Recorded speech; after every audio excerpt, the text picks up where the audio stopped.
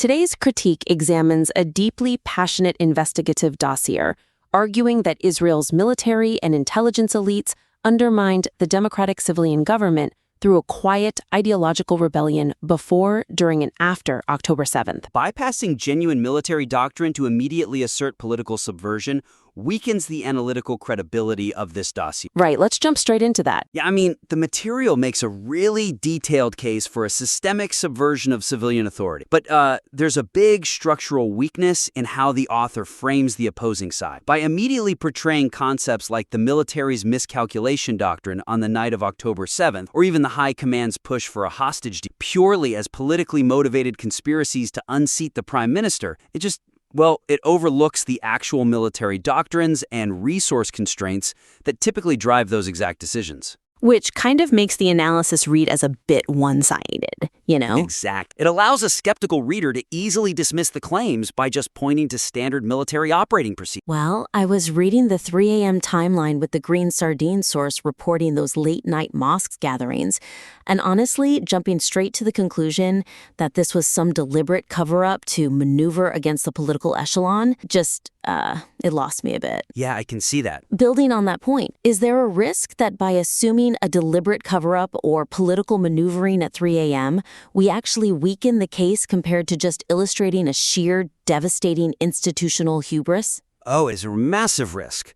I mean, if you leap straight to the idea that intelligence officers actively buried critical data just to hurt the prime minister, you completely forfeit the analytical high ground immediately. Right. The skeptic just stops reading. They do. So the suggestion here is to integrate and logically dismantle the opposing viewpoint before asserting the political motive. You have to address the genuine strategic or doctrinal reasoning behind these choices to show the reader you completely understand the military's playbook. Okay, but how does a writer actually do that on the page without, losing the narrative thread? What is the concrete application there? Well, first, you explain the standard intelligence doctrine of containment and avoiding escalation. Like, the author really should reference those military journal articles written by Amid Sar in 2019 and Udi Golan in 2020. Right, the ones about avoiding accidental wars? Exact. You show the reader how this containment doctrine operates conceptually within the bureaucracy. Explain that it was designed to prevent accidental wars through signaling and de-escalation. So you lay out the doctrine,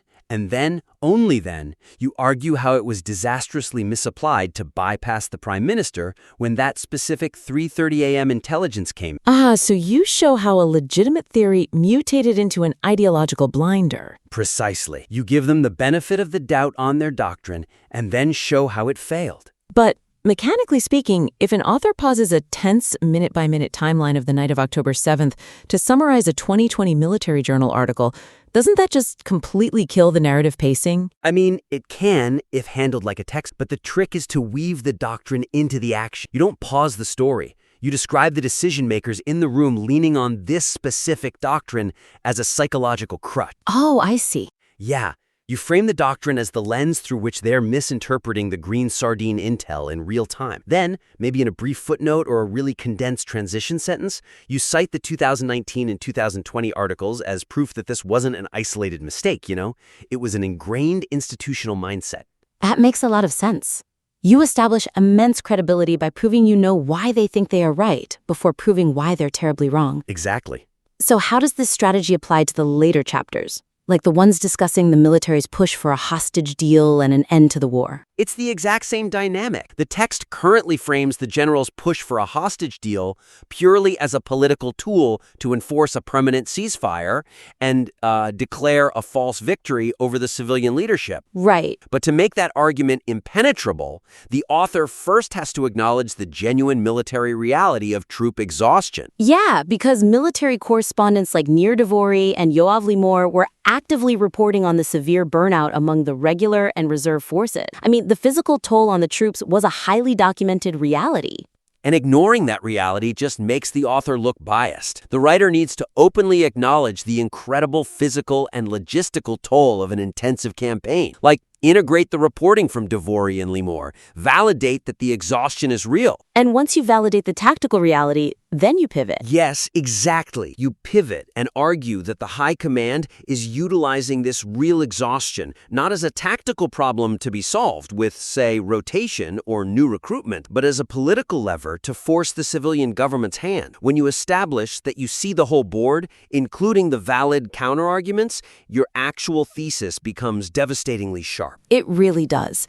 And, because that strategic argument needs to be airtight, the language carrying it has to reflect that same rigorous standard. Oh, completely. Which leads us to the tone. Relying on highly charged, partisan language severely undermines the credibility of this investigative narrative. Yeah, that is a huge weakness. The frequent reliance on words like mafia, delusional, rot, and comparing the Shin Bet to a deep state operating in a banana republic. When the rhetoric runs this hot, it just shifts the tone from a serious investigative dossier right into an ideological polemic. It's just too much?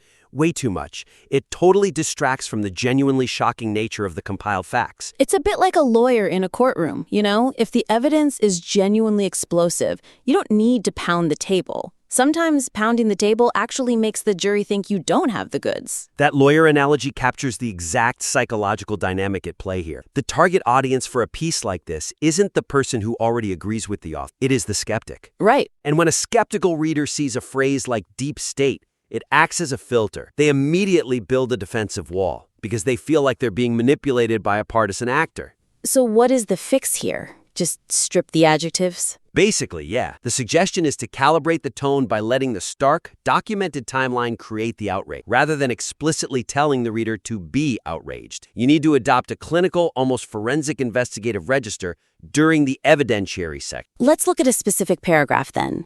The author explicitly calls the Shin Bet director's warning to the government a blood-soaked document, directly referencing the 6 hostages who were later murdered in Rafah. I mean, I can understand the intense grief and frustration driving that word choice, but how should the author revise it to hit that clinical register? Instead of using that highly emotive label, the author should simply juxtapose the timeline. Just place the exact date and context of the director's written warning right next to the date of the hostage murder. Detail the bureaucratic maneuvering, state the timeline clearly, and then state the tragic outcome without any adjectives at all. Wow. Yeah, let that horrific irony speak for itself. The reader will supply their own outrage. There really is a strange paradox in writing where removing the emotion from the prose actually forces the reader to feel the emotion more intensely. Like it feels colder on the page, but it hits much harder in the mind. Exactly. How would we apply this clinical juxtaposition to the section on the Qatargate investigation involving the Prime Minister's aides? Well, currently, the text calls the intelligence agency a mafia for how they handled that investigation. Which makes the reader roll their eyes at the hyperbole. Right. To fix this, you just clinically contrast the agency's behavior. Detail their intense, laser-focused dedication of resources to investigating political aides over leaks. Lay out the manpower, the urgency, and the procedural steps they took. Then, in the very next paragraph, detail their corresponding failure to investigate the October 7th intelligence warnings with that same rigor. But how do you lay that out structurally on the page without slipping back into editorial commentary? Do you just use a hard transition? You just put the two realities side by side and let the disparity do the heavy lifting. You write something like, in November, the agency dedicated X number of investigators and Y resources to tracking leaks from a political aide. In the year prior, they dedicated Z resources to investigating the green sardine intelligence. So you don't even have to call it a corrupt mafia tactic. Not at all. The juxtaposition forces the reader to independently ask, wait, why are their priorities so inverted? And when the reader arrives at the conclusion themselves, the intellectual argument is won. That's powerful. And removing that editorial commentary naturally forces the author to rely on a stronger structural cause and effect argument, which actually brings us to a major narrative leap in the draft. Framing the pre-war political protests as a direct mechanical cause of the October 7th tactical failures creates an overstretched and speculative narrative leap. Yes, it really does. I mean, the narrative does a fantastic job of cataloging the pre-war military protests against the judicial reform, and it separately catalogs the wartime strategic failure. But the weakness lies in how the causal tissue connecting those two distinct periods is handled. It feels forced. Yeah, the text implies a direct, almost coordinated line between the Air Force pilots' refusal to volunteer in the summer of 2023 and the delayed Air Force response on the morning of October 7th. Because the text jumps directly from the political protests to the military absence on that morning, it reads as if the pilots deliberately stayed grounded on the day of the massacre out of political spite. Which implies action A directly caused failure B, placing just a massive burden of proof on the author. And, if a reader catches an investigative writer stretching the truth on a claim that explosive, they will likely just discard the entire dossier. Exact. And the text does not provide undeniable proof of a deliberate tactical delay on that specific morning. So the suggestion here is to reframe the connection completely. Do not frame the pre-war protests as a direct mechanical cause of the massacre. Reframing it how? Reframe the protests and the tactical failures as continuous symptoms of a broader institutional culture. The author needs to use the ideological framework of the bureaucracy to logically bridge the two timelines. Okay, so let's break down how to actually build that bridge. The section detailing the timeline of the refusal letters from June and July 2023 lists the 1,142 Air Force personnel who suspended their volunteer service. So a key theme running through this material seems to be this timeline of protests. How do we seamlessly transition this sociological rebellion into the tactical paralysis of the Gaza division months later without losing the reader's trust? You connect those 1,142 personnel to the sociological mindset of the Guardians of the Gate. Right. The text briefly mentions this concept, instilled by figures like Shimon the Handler. It's this ingrained idea that the professional, unelected echelon inherently knows what is best for the state, superseding the elected official. The author also brings up a 2017 Civil Service Commission report regarding putting the public good before the government. Right. But if I am a writer detailing the paralyzed Gaza division on the morning of an attack, bringing up a 2017 Civil Service Commission report might feel like a severe tangent. How do we keep it relevant to the immediate disaster? You use that 2017 quote as the ideological thesis for why the chain of command broke down. You show how an institutional culture that officially justifies political insubordination in July inevitably breeds insularity by October. Oh, I see. Yeah, if the culture dictates that you don't have to listen to your political superiors because you inherently know better, that same arrogant certainty trickles down into how tactical intelligence is processed. It creates an environment where upward reporting just stops, where dissenting opinions from lower ranks are crushed, and where a catastrophic lack of imagination takes hold. Wow.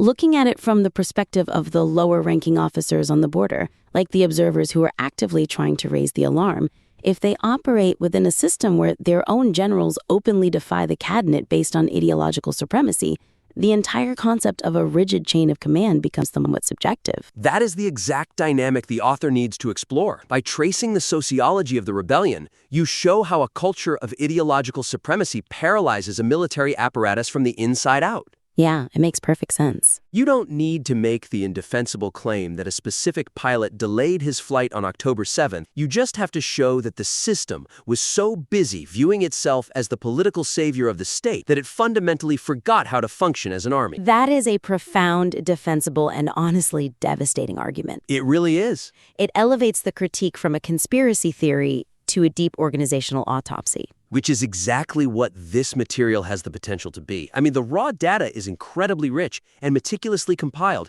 It just requires a structural tightening of that connective tissue to ensure the reader follows the logic rather than getting tripped up on speculative leaps.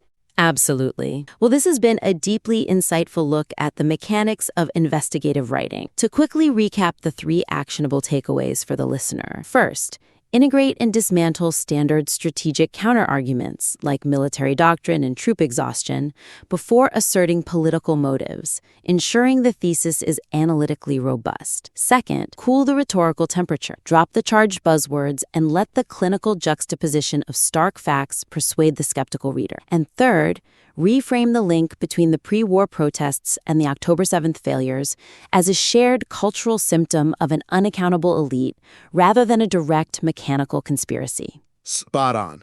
You know, when a massive building collapses, the initial human instinct is often to look for a bomb, to find the deliberate, villainous act of sabotage that brought the whole thing down. But sometimes, investigating the slow, invisible rusting of the foundational rebar reveals a mechanism far more complex and devastating than a simple explosion. We warmly invite the listener to implement these structural revisions and submit the updated material back to us for another critique. Keep building, keep refining, and we will see you next time.